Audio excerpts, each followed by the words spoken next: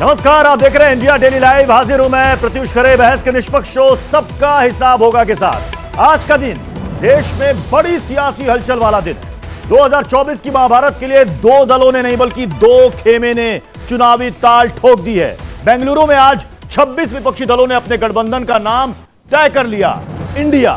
तो वहीं दिल्ली में एनडीए खेमे में 38 दलों का जुटान हुआ है। आज पीएम मोदी ने भी विपक्षी एकता पर बड़ा हमला बोला और कहा कि बेंगलुरु में कट्टर भ्रष्टाचारी सम्मेलन चल रहा है। परिवारवादियों की दुकान सजी हुई है, जहां नफरत है, घोटाले हैं, तुष्टीकरण है, मन काले हैं। तो वहीं विपक्ष के अलायंस इंडिया ने मोदी सरकार की विदाई की हुंकार भर दी है। एक तस्वीर तो साफ है, अब जंग एनडीए बनाम इंडिया में होने वाली है।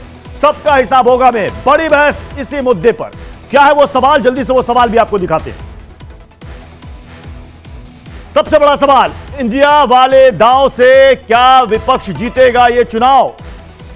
सवाल नंबर 2, इंडिया वाली तैयारी क्या एनडीए पर भारी होगी? क्योंकि अब सिर्फ दो खेमे में ही लड़ाई बन गई है। यहां पर नाम बदलकर विपक्ष बदल पाएगा क्या नतीजा? क्योंकि पहले यूपीए, बाद में अखिलेश यादव ने एक प्रस्ताव दिया पीडीए, लेकिन फाइनली तय ये हुआ इंडिया।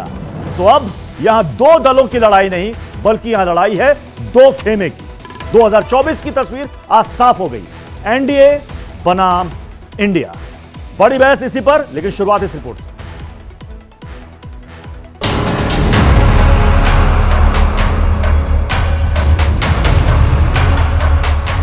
न खाता न वही, जो परिवार कहे वही सही। यह 2024 के महासमर की तैयारी है। दिल्ली से लेकर बेंगलुरु सियासी अखाड़ा बन गए हैं। पीएम मोदी ने आज विपक्ष पर सर्जिकल स्ट्राइक कर दी। कभी परिवारवाद पर तीर चलाए तो कभी भ्रष्टाचार पर घेरते नजर आए। लोकतंत्र के लिए कहा जाता है of the people, by the people, for the people. लेकिन इन परिवारवादियों का मंत्र है of the family, by the family, for the family. आजकल ये लोग बेंगलुरु में जुटे हैं।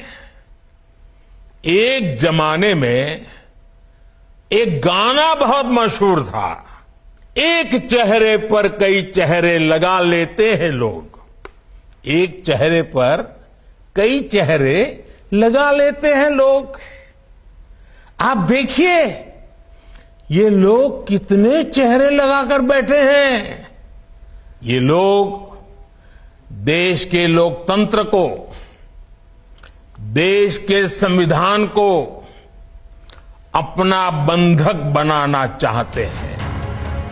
एक तरफ मोदी विपक्ष को पानी पी पी कर कोसते रहे, तो बीजेपी और एनडीए के साथ ही 2024 का रण जीतने का दावा करते रहे, जिसके तहत प्रधानमंत्री जी देश के विकास के लिए सतत चिंता कर रहे हैं। और दूसरी तरफ जिनके पास न कोई मिशन है न कोई विजन है, केवल अपना अपना कमीशन है, करप्शन है। 24 का चुनाव होगा, हम सब लोग रहेंगे और पूर्ण बहुमत की सरकार, जो लक्ष्य है माननीय प्रधानमंत्री का, वो पूरा होगा। नरेंद्र मोदी जी का नेतृत्व ही ऐसा है कि पूरे देश में फिलहाल उनका कोई विकल्प नहीं है। उनके साथ एकजुट होकर हम सब लोग चुनाव लड़ेंगे और अगली सरकार फिर उनके नेतृत्व में बनेगी। वहीं बेंगलुरु में विपक्ष ने बड़ा ऐलान कर दिया, एनडीए वर्सेस इंडिया का नया कॉन्सेप्ट दे दिया। Let us challenge India, NDA can you challenge India, Bhajpa can you challenge India, the other people can you challenge India? We love our motherland. We are the patriotic people of this country. जो नीतियां बिखराव की, घृणा वैमनस्य की, टकराव की NDA के शासन काल में हुई हैं, उसी को दूर करने के लिए, उसी को खत्म करने के लिए महागठबंधन का जन्म हुआ।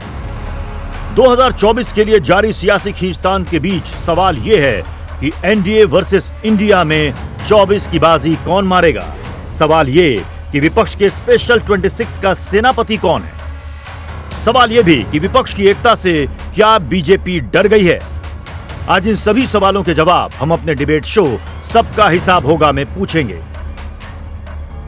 Bureau report, India daily live. चले बिना देर किए